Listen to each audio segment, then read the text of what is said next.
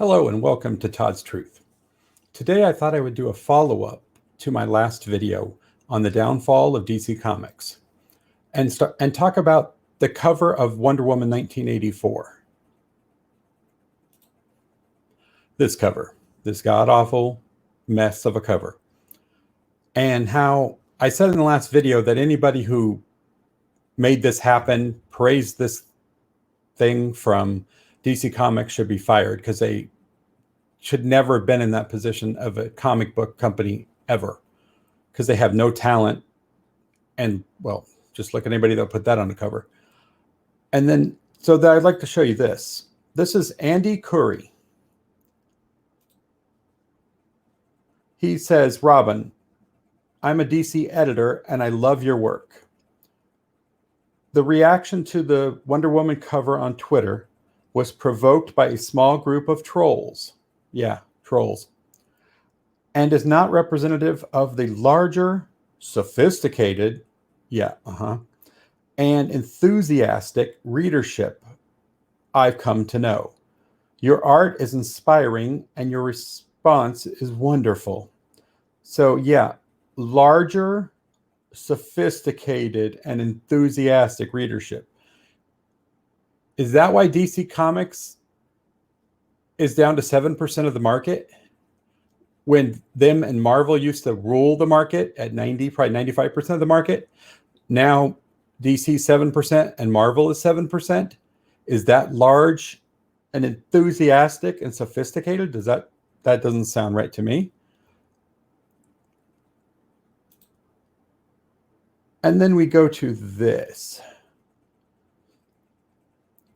where it says that comicbook.com has learned that several employees, including Harris, which is editor-in-chief Bob Harris, editors Mark Doyle, Brian Cunningham, and Andy Curry, shocking, have all been fired.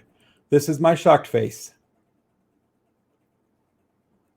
As well as VP of Marketing, Jonah Wieland, however you say that, Senior VP, Hank Canals, and VP of Global Publishing Initiatives and Digital Strategy, Bobby Chase, are all out of the publisher.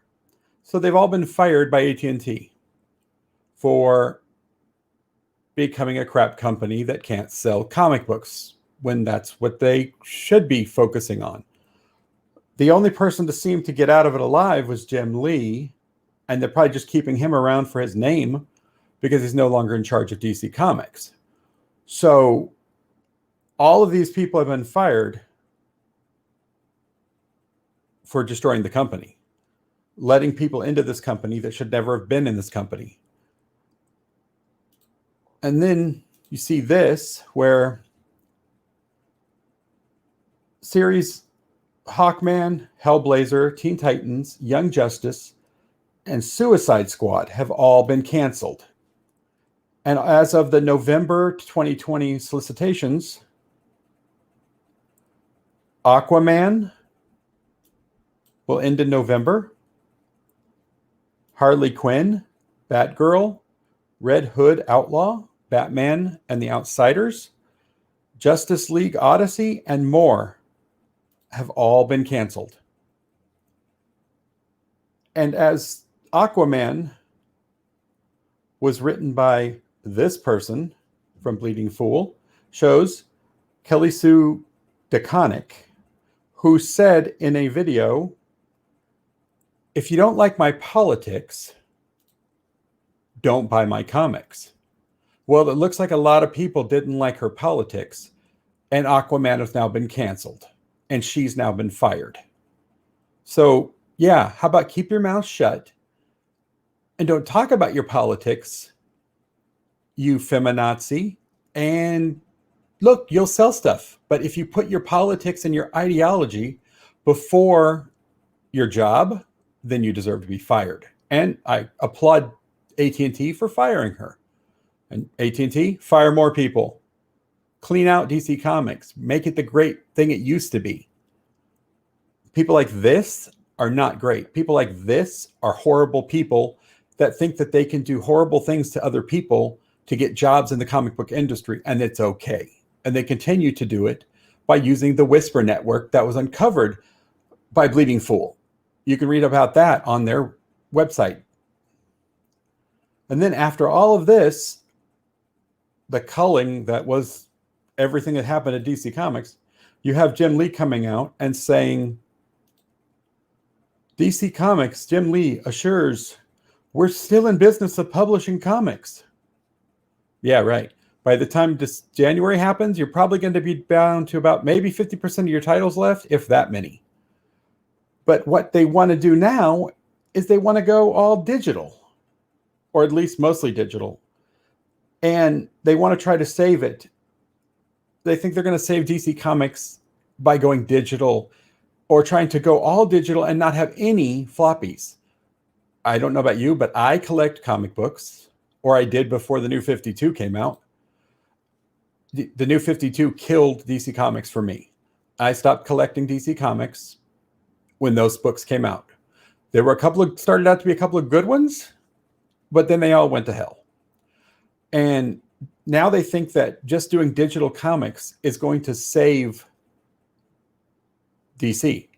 I mean, when I collected comics, I collected them because I wanted to be able to hold them and have them and collect them, not digital. Digital is something that I would probably only do if I was putting it on my iPad to read on a plane flight or read while I was traveling somewhere and couldn't take my comic books with me. That's the only thing digital is worth.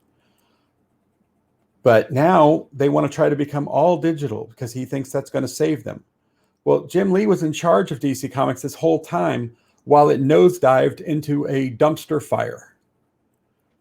And again, became only 7% of the market, where anime is now a huge percentage of the market. Marvel Comics, another one who's become a dumpster fire, as only 7% of the market as well. So the two biggest,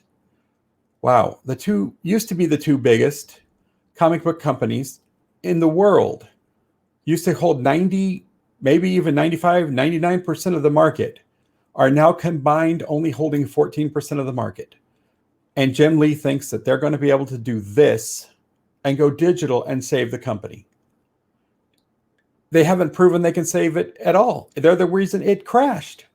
So take all of this with a pinch of salt, because I don't think it's savable unless you fire everybody, including Jim Lee, because he let it happen, and rebuild that company back to the great company it used to be.